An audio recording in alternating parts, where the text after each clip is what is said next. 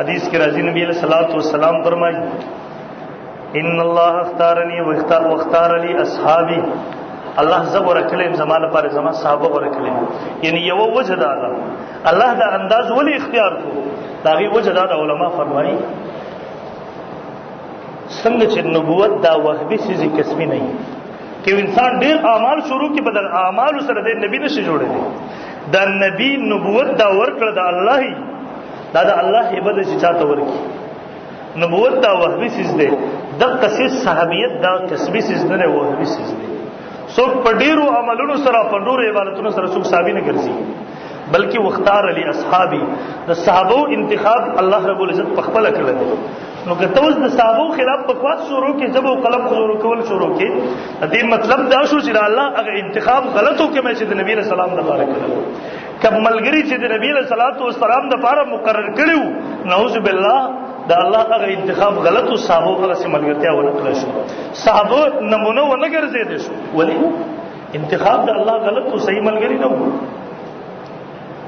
دیو جن محترم علما فرمایي چاته د دې خبرې تمنا خندا چې دې تمنا کوي چې يرزم د صحابه دور کې پیدا شوه ما به دادا خدمتونه کړې وې د نبی له صلوات و سلام. زموږ استاد مشکات شریف مو حدیث راغی، هغه فرمایل ول مدینه منوره کې وو،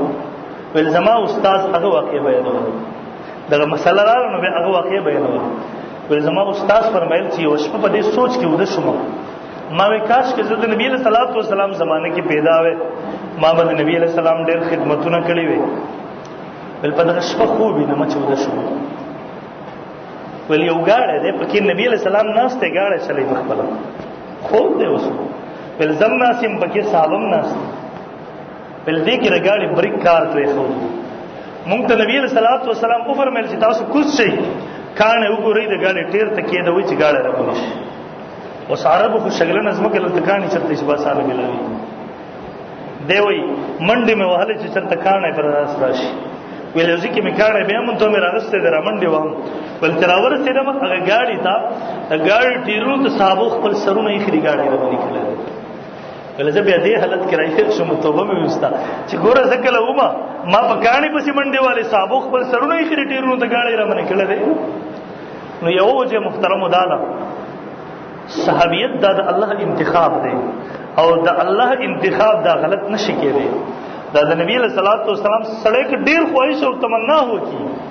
خو په دغه سره دې صحابي نه ګرځي.